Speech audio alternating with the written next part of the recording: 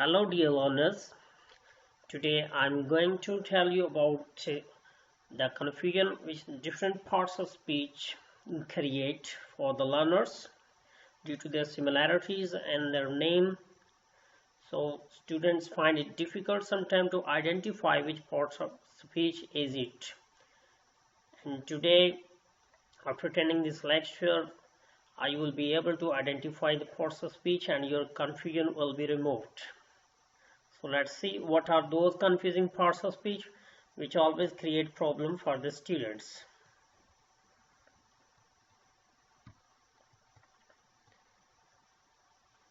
The very first pair of parts of speech that creates problem is reflexive pronoun and emphatic or intransitive pronoun. Because both the pronouns have same form, so this is why the students often find it confusing.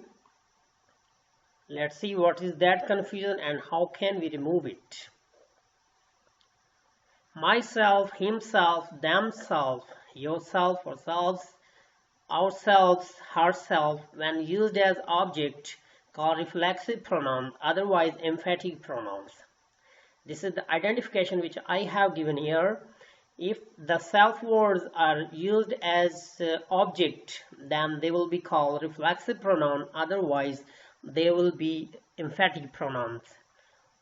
See the example, he hurt himself. Here you see that himself is the object of the subject he. So we will say that here himself is the reflexive pronoun. But in the second example, he himself will polish his shoes. Here you see that the object of the verb polish is shoes. So here the himself is not reflexive pronoun, it is emphatic or intensive pronouns.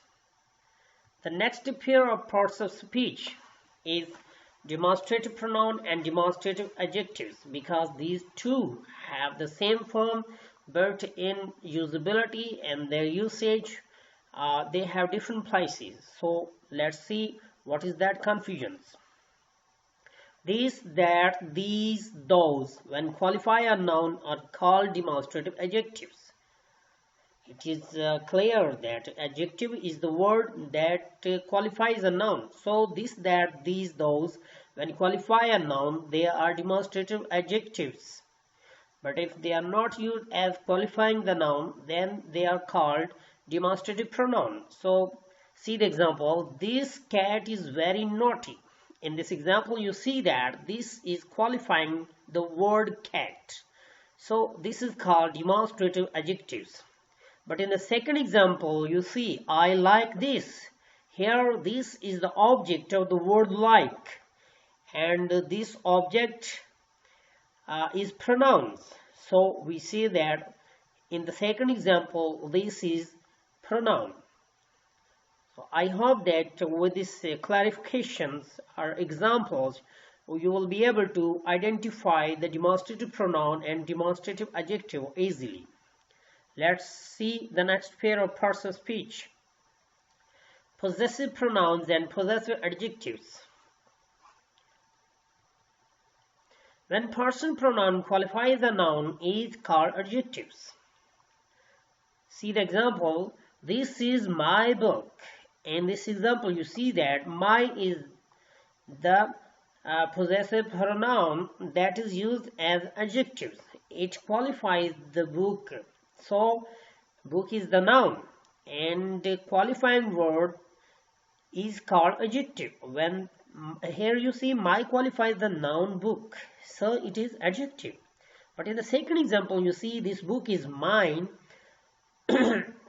Here mine doesn't qualify any, it is used as the particle or object, so we say that it is possessive pronoun. Next pair of parts of speech is linking verb and helping verbs. This also creates problem for the students and they often confuse. Let's see. A verb that links two parts of speech is linking verb, and when comes with the main verb in a tense is called helping verbs. Dear students, the very clear identification of helping verb is that it is always used in a tense, and linking verb is not used in a tense. Or you can say, with a linking verb we use other parts of speech other than verb. For example, in the first example you see, he is a boy. In this example you see that boy is a noun and subject is the he. So subject and between the noun, the link is called linking verb. In the second example you see, he is eating meal. Here eating is the main verb, so we will say that is the helping verb. It is used in tense, and it is used with the verb to show continuity, to show the present continuous tense. So it is called helping verb.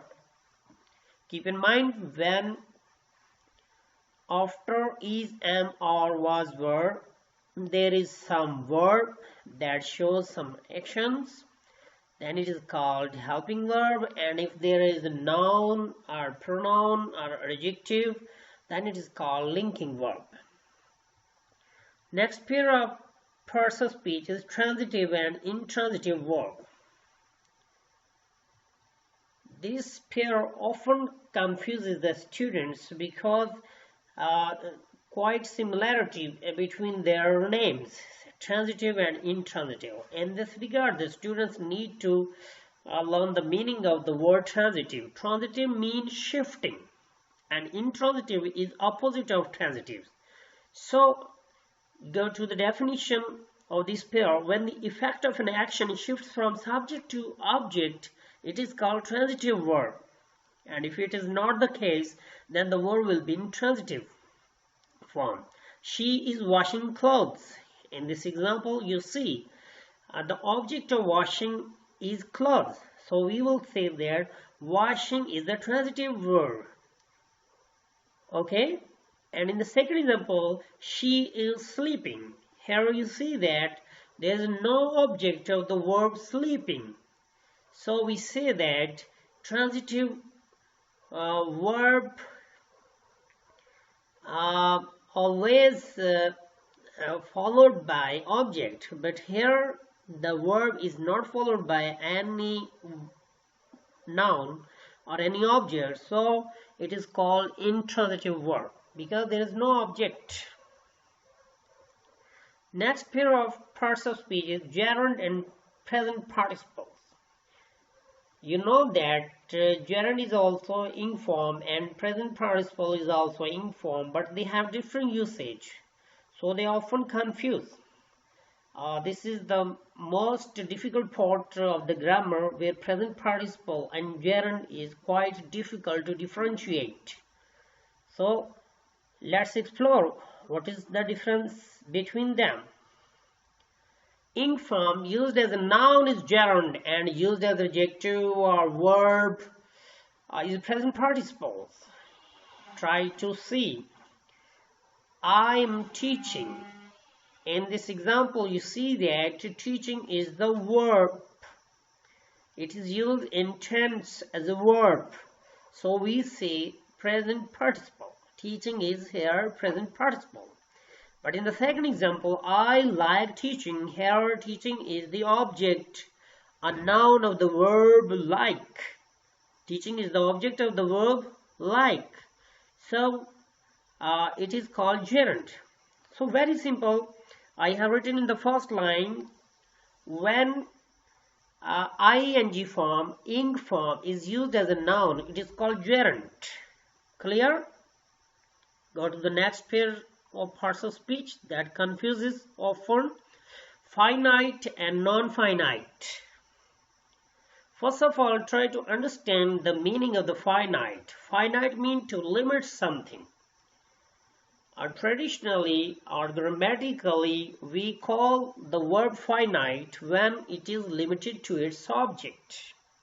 So we say that when a verb has a subject, it is called finite verb. When verb has a subject, it is called finite. Finite can stand as an independent predicate. See this example. He slept. He went. I go. I'm going. I have done. I will go. In this example, you see that the present indefinite and past indefinite tenses verb are called finite because they are limited to the subject. But in other example, I am going, I have done, or I will go, you see that the most immediate verb with the subject is some helping verb. So all those helping verb and modal verb which come after the subject are very near to the subject. They will be called finite verb. Do you understand? The verb which is immediately near to the subject, that is called finite verb. Whether it is a lexical verb, whether it is an auxiliary verb. So auxiliary verb or helping verb can also be finite.